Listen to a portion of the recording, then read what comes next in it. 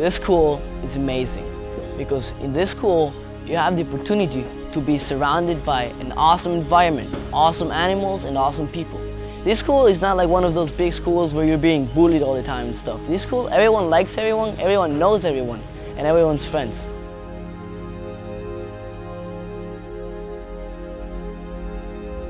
We're a bilingual international school in which students are encouraged to be reflective learners with a thorough process of inquiry and critical thinking, develop the knowledge needed to address global issues related to social justice, intercultural relations, and the environment.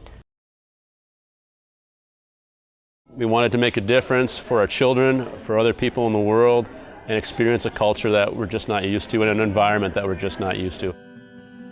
I came from an international school, and I was a little bit tired, if you can say that, about like the curriculum that they have, because it's always like the same, the same thing. There are, in many ways, so many things that are very similar, and you think, oh, I'm just still back in the United States and I still have kids and I still have curriculum I have to teach and I have to do attendance and I've got recess duty. But then you look out your window, or you actually don't even have to look out your window, and a dragonfly will fly past your face, or the kids will say, look at the iguana at our door. Here at Futuro Verde, it's a completely different experience than it is back in the States. Like, I lived for 15 years in Oregon. Coming here was like a kind of a shock. And going to university, I think that that's going to be really helpful. One of the things I really like about the school is the system it has. It's different. It's not like a normal school where you get graded by all the tests and by like memorizing everything and just do. Here they actually give you a chance to see what you're better at. All kinds of diversity are very important at Futuro Verde, and so along with that cultural and linguistic diversity, I think we also are really seeking out that economic diversity in our student population, making sure that kids are having the opportunity to interact with peers who are different from them and who have a different experience, and there's so much that can be learned. My friend Elian is actually like my best friend in school, but he lives I live in Hermosa, and he lives all the way in Paqueta, which is like 2 hours away. And so we meet in school, and it's like our only way of talking.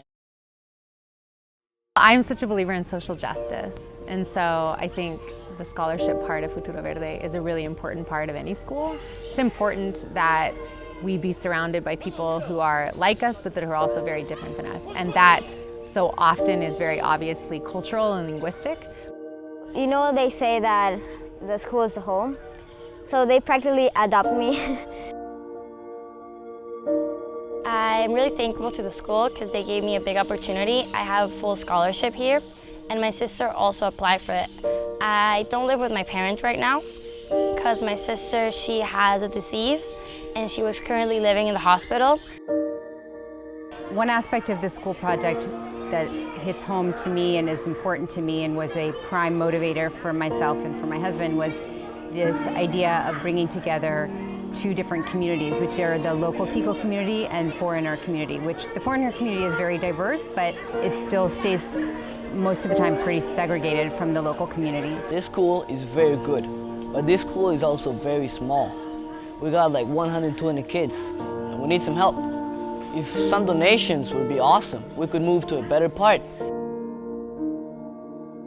What will enable us to reach that objective of providing this education to all the students who want to come here from the area would be, well, we have the land already, which is fantastic. It shows like the kind of support we have in the community. And what we would need is all the preliminary stuff for the land, water treatment, electricity, all the stuff that you sort of take for granted, but it's the infrastructure.